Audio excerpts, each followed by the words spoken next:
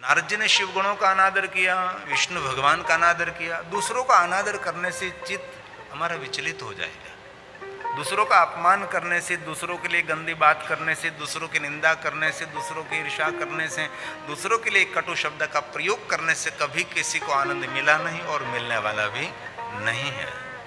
इसलिए नारद जी का चित्त भ्रमित हो गया। नारद जी चिंतित हो गए, अब मैं करूंगा तो करूंगा क्या। चिंता, उद्वेग, भय, निराशा। तब नारद ने भगवान विष्णु जी को कहा कि भगवान मेरे हृदय में संताप हो रहा है। तब भगवान श्री हरि ने विष्णु जी ने कहा कि नारद जी, क्रोध करने से किसी को शांति नहीं मिलती। मानव जात का सबसे बड़ा शत्रु क्रोध है। बुद्धि का विनाश करते हैं, विवेक का जड़ मूल में से नाश करते हैं। आपका चित्त अशांत हो गया, इसलिए बहुत कुछ तो नहीं, लेकिन शांति के लिए मैं आपको मार्गदर्शन करता हूं। ये बात रामचरितमानस में भी है। विष्णु भगवान ने कहा, जप हो जाए शंकर सतनाम, शिव जी का भजन करो। शिव के भजन के बिना किसी को शांति मिली नहीं और मिलने वाले भी नहीं। इसलिए हम तो सालों से कहते हैं, हलता चलता बैठता उठता खाता पीता ऊँघता जागता, घर में वन में शमशान में, अपवित्र अवस्था में पवित्र अवस्था में, कहीं भी आप हो, कोई भी हालत में हो, भगवान शिव को याद करें। शिवेति नाम पीयूष वर्षाधारा परिलुप्ता। जिनके मुख में शिव जी का नाम रहता है उन पर देवता अमृत की बारिश करते हैं। जीवाग्रे वर्तते तस्य सफलम जीवितम, उसका जीवन सफल हो जाएगा। ये रामचरितमानस का प्रसाद है, ये तुलसी का प्रसाद है। जप हो जाई शंकर सतनाम। भगवान शिव को याद करे, जब हो जाए शंकर सतनाम। तुलसी शंकर नहीं बोलते, शंकर बोलते हैं। जप हो जाई शंकर सतनाम, होए हृदय तुरत विसरा। कितना सुंदर शब्द प्रयोग हुआ, तुरंत। आज शिव जी का भजन करो और कल फल मिले, नहीं, कभी नहीं हो सकता। इसी समय अनुभूति होने लगती है। तुरंत, कितना सुंदर शब्द प्रयोग किया है। होए हृदय तुरत विसरा। शिव जी का भजन करें नारद जी, महादेव को याद करें। सर्व श्रुति श्रुतम शैवम मंत्र जप षडक्षरम, पंचाक्षर मंत्र का जाप करो नारद जी, और भाल में भस्म का त्रिपुंड करो नारद। जीवन में जो हो गया सो हो गया, सब जलकर भस्म हो गया। इसीलिए विभूति का त्रिपुंड करे, विभूति का नाम भस्म है। इसीलिए जो विभूति धारण करते उसके सभी पाप भस्म हो जाते, इसीलिए उसको हम भस्म कहते हैं। वास्तव में नाम उसका विभूति है। क्यों विभूति है? सब कुछ नाशवंत है। रामचरितमानस, उमा कहूं मैं अनुभव अपना। शिव जी ने कहा मेरा अनुभव है, जो कुछ आप देख रहे हैं सब कुछ नाशवंत है। इसलिए तो मैंने जगत के सार तत्व रूप मैंने मेरे अंग पर भस्म का स्वीकार किया है। लुलुकता छोड़ और भजन कर। उमा कहूं मैं अनुभव अपना, सत हरि भजन जगत सब सत हरि भजन जगत सब। ये शिव जी ने कहा, महादेव ने कहा, जगत एक स्वप्न समान है। बहुत समय पहले मैं हरिद्वार रहता था, अवधूत मंडल आश्रम में पढ़ता था। हमारे साथ एक महात्मा जी रहते थे और 100 साल से ज्यादा उसकी आयु थी। उसका नाम रुद्रदेव जी महाराज। बहुत बड़े ज्ञानी थे, विद्वान थे। मैं पढ़ता था, मेरे साथ वार्तालाप करते थे। वो 3 बजे उठ जाते थे, ब्रह्म मुहूर्त में उठकर। उसने सुंदर एक बात मुझे कही थी, अभी भी मुझे याद है, सालों पहले कही, 20 साल पहले। उसने पूछा कि रात्रि में सपना क्यों आते हैं? पता नहीं। सपना इसीलिए आता है, सपना शास्त्र भी है कि मनुष्य को सावधान किया जाता है। जब निंद्रा में है तब सपना आ रहा है तो सपना सत्य लग रहा है, लेकिन आंख खुलते ही हम स्वयं सपनों को झूठा मानने लगते हैं। वैसे ही संसार में जिनकी आंख खुल गई उसको संसार झूठा लगता है, जिनकी आंखें बंद हैं उनको संसार सत्य लगता है। महादेव ने कहा कि भवानी, ये जगत का सार है, कुछ नहीं, सब कुछ ये नाशवंत है। संसार के सभी मूल पापों में से मुक्त होना है तो शिव जी का भजन करें, व्यास भगवान ने गाया। और हम दिल से कहना चाहते हैं, हमारी शिव परंपरा ध्यान की परंपरा है। ये तो जो ध्यान नहीं कर सकते उसके लिए पूजा है। पूजा क्यों करते हैं हम भगवान को? पुष्प चढ़ाते, बिल्वपत्र चढ़ाते, क्यों? ये ध्यान का एक पार्ट है। जब तक पुष्प चढ़ाते रहे, बिल्वपत्र चढ़ाते रहे, वहां तक हमारा ध्यान शिव में रहता है। अभिषेक क्यों करते हैं? ये ध्यान का एक पार्ट है कि जब तक अभिषेक करोगे तब तक आपका चित्त, आपका मन, सब कुछ शिव में रहेगा। धारा टूटे नहीं, मुख से वाणी बोलते हैं, धारा टूटे नहीं, इसलिए मन भी लगना पड़ता है। पात्र पकड़ने के लिए तन भी पकड़ना पड़ता है। तन, वाणी और मन, तीनों का संगम, वो कहते हैं अभिषेक।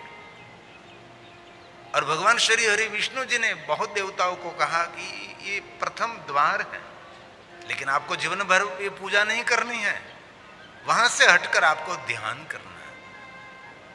और बुरा मत मानना, भगवान शिव जी का चरित्र देखना आप।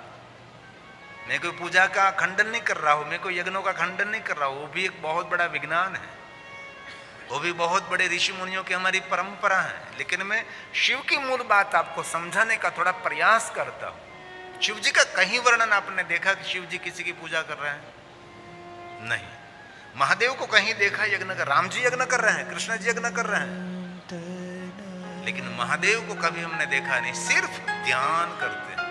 ध्यान इत्यम महेशम, ये शिव जी के लिए गाया नहीं, महादेव के लिए कहा है। शिवालय ध्यान के अंदर है, शिवलिंग ब्रह्म बोधक है। मन को एकाग्र करने के लिए हमें ऋषि मुनियों ने शिवलिंग पूजा परंपरा भगवान शिव ने दी, जिनको महाशिवरात्रि कहते हैं। ध्याये नित्यं महेशं रजतगिरिनिभं चारुचन्द्रावतं। हमने बहुत बार कथा में कहा है, कभी शिवालय जाते समय आपके पास कोई पुष्प नहीं है, कोई बिल्वपत्र नहीं, कोई सामग्री नहीं है, सिर्फ शिवालय जाकर मौन बैठ जाइए, हो गई शिव पूजा। यही शिव पूजा है। शिवपुराण में एक छोटा सा पाठ है जिनको पुष्प पूजा कही जाती है।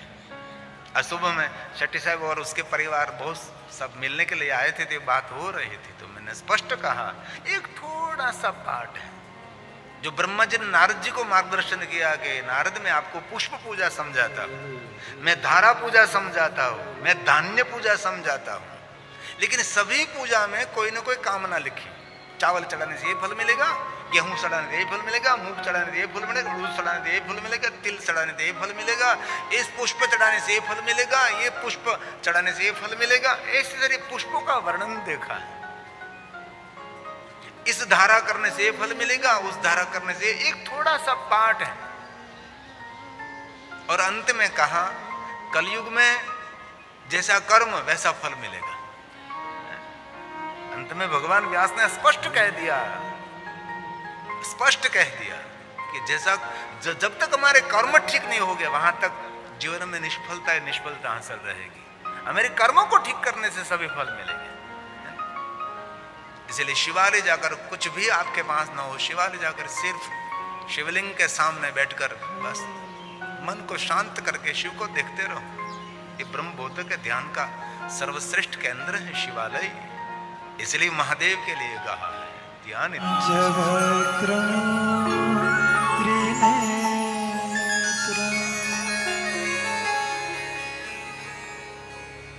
लेकिन बहुत लोगों ने बहुत बात गहराई से नहीं समझी, इसलिए भगवान महादेव के बारे में लोगों में बहुत गलत फहमी हुई, और शिव जी के बारे में जितने गलत फहमी समाज में फैले हैं, इतने अन्य कोई देवताओं के लिए नहीं।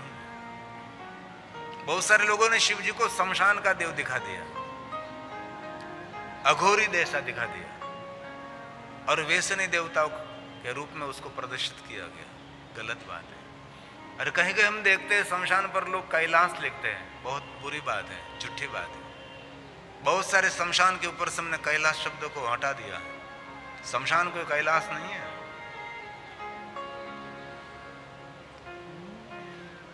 कैलाश उसकी महिमा अलग है। लोगों ने कैलाश को शमशान मान लिया, शिव जी को शमशान का देव समझ लिया। प्रचार ही ऐसा ही हुआ, वक्ताओं ने ऐसा ही प्रचार किया शिव जी के बारे में। कभी गलती से भी कैलाश शब्द शमशान पर लिखना नहीं चाहिए।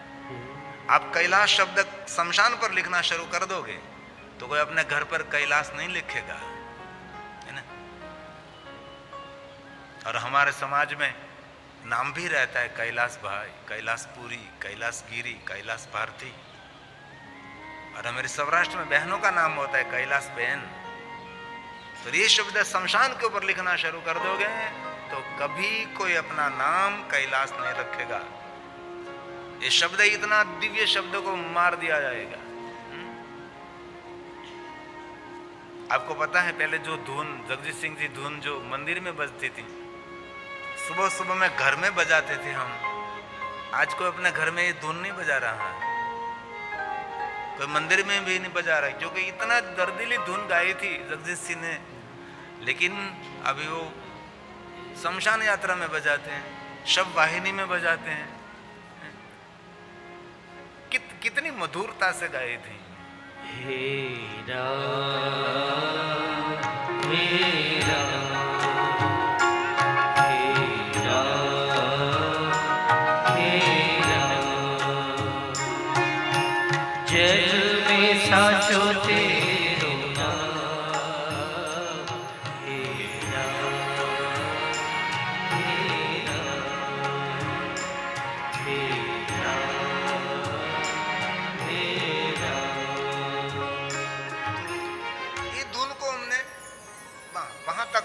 बस शव वाहिनी में रख दी, कोई नहीं गा रहा, कहीं सुनने को नहीं मिलती। ये शब्द जो कैलाश शमशान पर लिखना शुरू हो जाएगा तो अपने बंगले पर अपने घर पर कैलाश शब्द नहीं लिखेगा। इसलिए हम लगातार उस बात पर प्रचार कर रहे हैं कि शमशान से हटाओ इस शब्द को। कैलाश किसको कहते? जहाँ शिव और पार्वती निवास करते, परम रम्य गिरिवर कैलाश, रम्य धाम। और कैलाश उनको कहा जाता है जहां से एक स्वर्ग नहीं करोड़ों करोड़ों स्वर्ग का निर्माण किया जाता है, उसको कैलाश कहते हैं। कैलाश को शमशान थोड़ा है, जहां से एक स्वर्ग नहीं हजारों करोड़ों स्वर्ग वहां से जन्म लेते हैं, जो कैलाश है हमारा। कैलाशे भवनं रम्यं पंचवक्त्रः ये कैलाश है। ब्रह्माण्डस्य तथा नाशे तस्य नाशोऽस्ति वै। पूरे ब्रह्मांड का नाश हो सकता है लेकिन कैलाश निरंतर है। इसलिए शिव जी के बारे में बहुत सारी नासमझी हुई। लोग गांजा पीने लगे, धतूरा पीने लगे, भांग पीने लगे, कहां से लाए पता नहीं। और जीवन को सफल करना है तो और कुछ भी आपसे ना हो सके, बस तन और मन। तन शिव की सेवा में अर्पण कर दीजिए और मन उसके स्मरण में लगा दीजिए। जीवन सार्थक, कोई खर्च नहीं है। मन लगाने में क्या खर्च होगा? तन उसकी सेवा में लगा दीजिए। और लिंग पुराण में बहुत सुंदर कहा है, इनमें कहा है कि कि शिव की पूजा से कोटि गुना फल शिवालय जाकर सेवा करने से मिलता है, शिवालय का आंगन बुहारने से, शिवालय के आसपास कोई छोड़ फूल छोड़ पौधा है, वृक्ष है, उसको जल पिलाने से। लिंग पुराण में तो बहुत सुंदर ये बात कही है, लेकिन पुष्प तोड़कर महादेव को चढ़ाने वाले लोग ज्यादा मिलेंगे और इस पुष्प का पौधा है उसकी सेवा करने वाले कम लोग मिलेंगे। इसीलिए तन से सेवा और मन से उसका स्मरण करें। हमारा सुंदर ये वाक्य है जो हमने सबने मिलकर रचना की है।